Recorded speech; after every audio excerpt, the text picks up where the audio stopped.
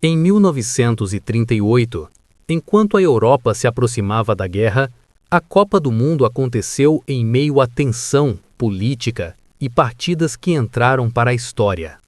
Foi um torneio curto, intenso e cheio de episódios improváveis.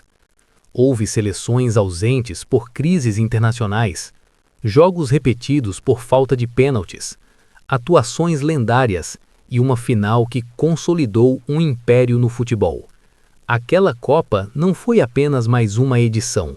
Ela ajudou a transformar o Mundial em um espetáculo dramático, simbólico e inesquecível. A Copa do Mundo de 1938 foi disputada na França entre 4 e 19 de junho e foi a última antes da interrupção causada pela Segunda Guerra Mundial.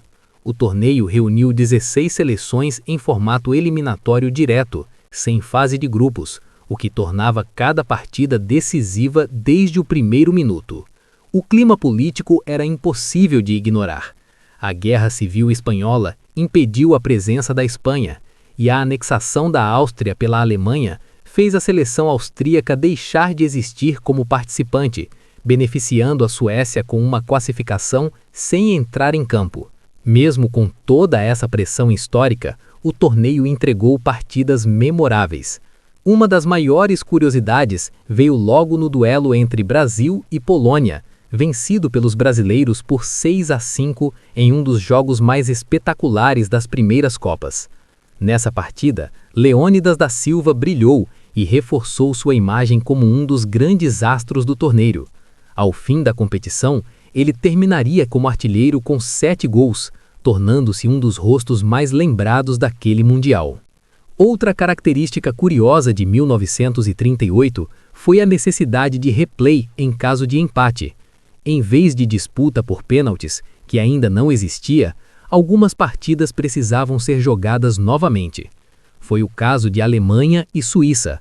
Após empatarem por 1-1, voltaram a se enfrentar e os suíços venceram por 4-2. Hoje, isso parece estranho, mas naquela época era parte da lógica do torneio. A Copa era mais dura, mais imprevisível e exigia resistência física e mental em um nível extremo. A campanha da Itália também foi histórica.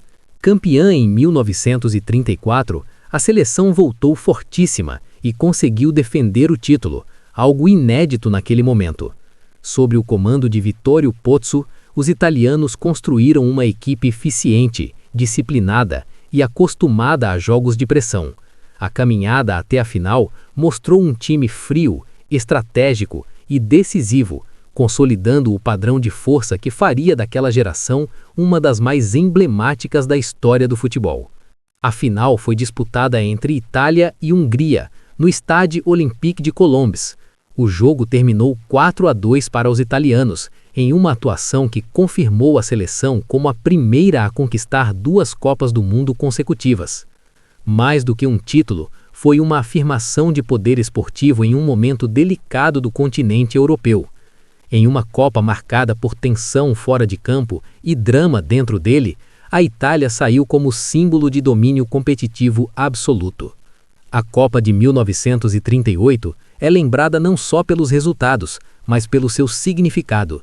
Muitos enxergam esse torneio como a última grande celebração esportiva da Europa antes do colapso provocado pela guerra.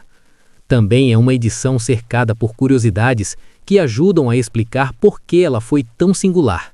Foi a última Copa totalmente em mata-mata, a última antes da pausa do conflito mundial e uma das mais influenciadas pelo contexto político do período.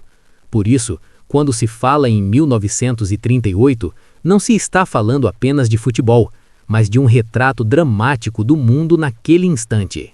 A Copa do Mundo de 1938 deixou muito mais do que uma taça. Ela reuniu genialidade, tensão histórica, partidas caóticas e personagens inesquecíveis. Foi o torneio de Leônidas, do bicampeonato italiano, dos jogos repetidos, das ausências forçadas e de uma Europa à beira da ruptura. Talvez por isso ela continue fascinando até hoje. Porque em 1938, o futebol não refletiu apenas um campeonato. refletiu o próprio mundo.